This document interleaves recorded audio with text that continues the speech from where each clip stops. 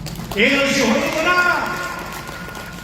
सोरबा जुदि बबेबा समाव हरफ्लांबायदोंब्ला बेखौबो उथायना लाफैनांगौ।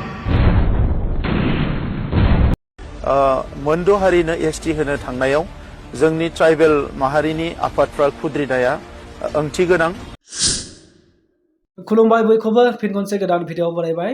दा लोगोफोर बे समाव नोंथांमोननि गेजेराव माखासे इम्पर्टेन्ट आपडेट नोंथांमोननो शेयार खालामनो बा नोंथांमोनजों माखासे बाथ्रा सावरायनो थाखाय नैबे भिडिअखौ लाबोनाय जालायबाय।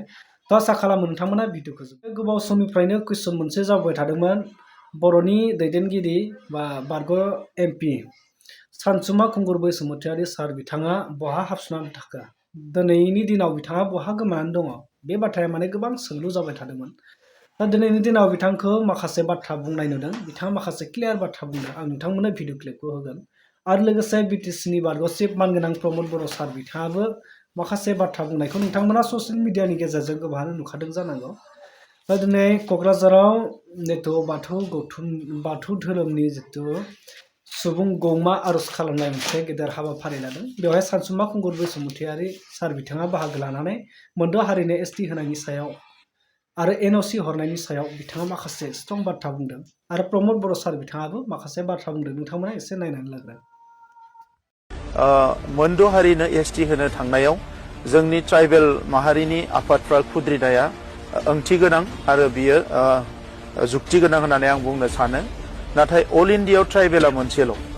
दा दिनै आसामाव ट्राइबेला मोननैमोन, हिल्स आरो प्लेन्स। रिसेन्टलि जि रिकमेन्डेसन होदों बेवहाय भेलि होननानै मोनसे बिथांमोना केटेगरि बानायदों।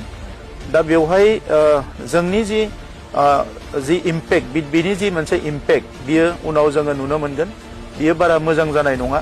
बियो जि केटेगरियानो बानाया मानो थांनाय खनसेनि डिलिमिटेसनावबो गोबां आन्दलन खालामनानै प्रेसार होनानै क'क्राझार लकसभा सिटखौ दोनफिननाय जादों। नङाबा बियो लखिमपुराव ट्राइबेलनि पपुलेसना बारा जाबायमोन। आरो बि खालामनाय लोगो लोगो बियो डिब्रुगड़ बा आपार आसामथिंजायसो बियो थांगोन, बियो रोखा।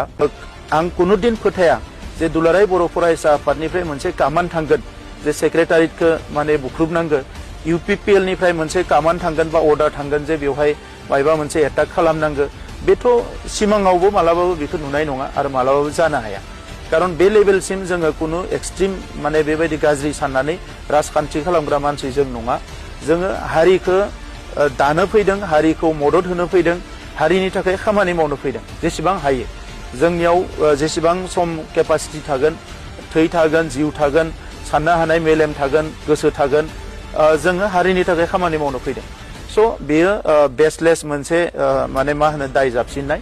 बेखौ आङो आंनिफ्राय बेखौ आं कमप्लिटलि रिजेक्ट खालामो। बेवहाय एडमिनिस्ट्रेसनाव थानाय मानसिफ्रा, सरकाराव थानाय मानसिफ्रा राइट टाइमाव राइट रेसपन्सखौ होनांगोन। आरो रेसपन्सा जेब्ला सासेया रागा जोंगोन सासेयाबो रागा जोंफानाय नङा। जेरैबायदि बेवहाय बुंनाय जादों जे जोंहा बिथां आथिखालनि चिफ हाग्रामा महिलारि बिथाङा बुंदों जे आंखौ बुथारनो नागिरदोंमोन नामा, आंखौ माबा नागिरदोंमोन नामा। बै सोदोबफ्रा बारा मोजां नङा। सयता हारिखौ ट्राइबेल सिटा होनो नाङा, होनो नाङा।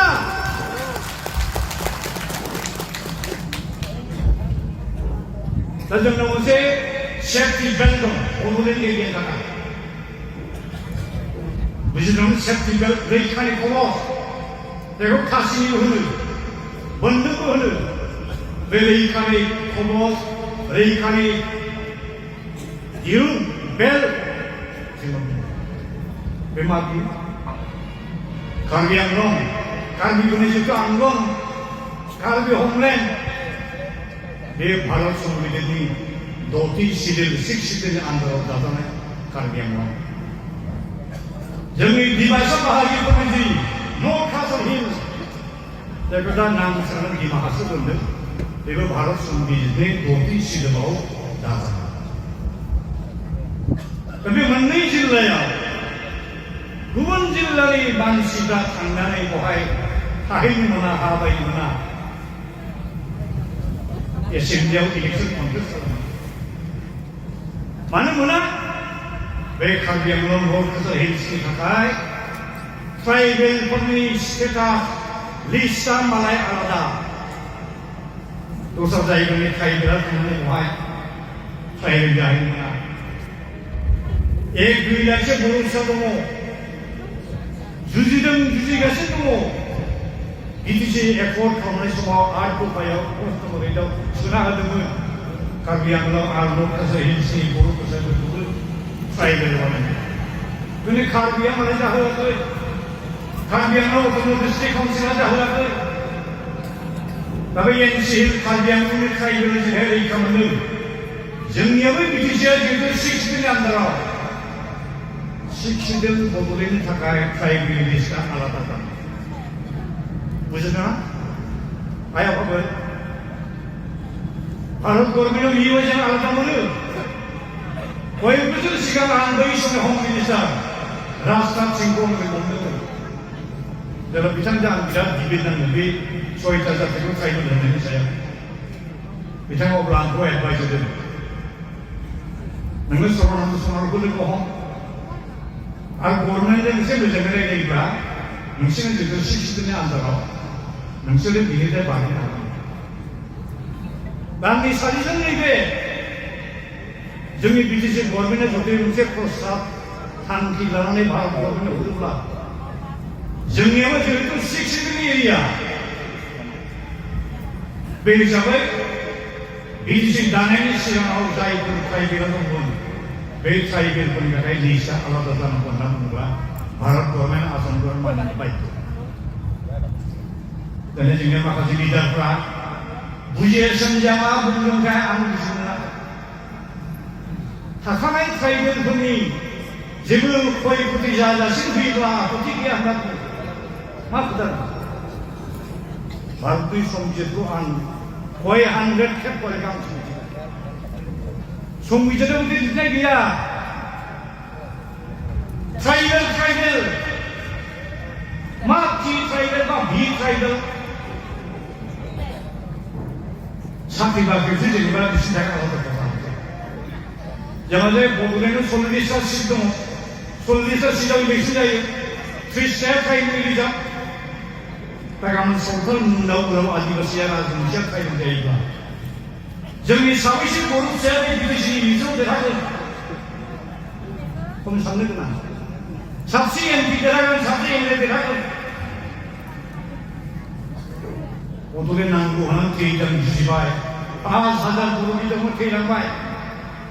मा जाहैगोन? बेखायनो आइफोर आफाफोर नोंथांमोननि गेजेरजों आं मोनसे मेसेज आं हरनो लुबैदों। जोंनि जेसेबां राजखान्थि हान्जानि लिडार दं, MLA दं, MP दं, मन्त्रि दं, EM दं, MCL दङ, चिफ दं, डिपुटि चिफ दं। बिथांमोननोसो मेसेज मोनसे खौरां बिथांमोना दैथायहर। कुनु बे 6टा जातिखौ कुनु कन्डिसनाव ट्राइबेल जानायनि बेलायाव NOC हरनो मोना। NOC हरनो मोना। सोरबा जुदि बबेबा समाव हरफ्लांबायदोंब्ला बेखौबो उथायना लाफैनांगौ, विथड्र खालामफैनांगौ। बे आंनि आखु।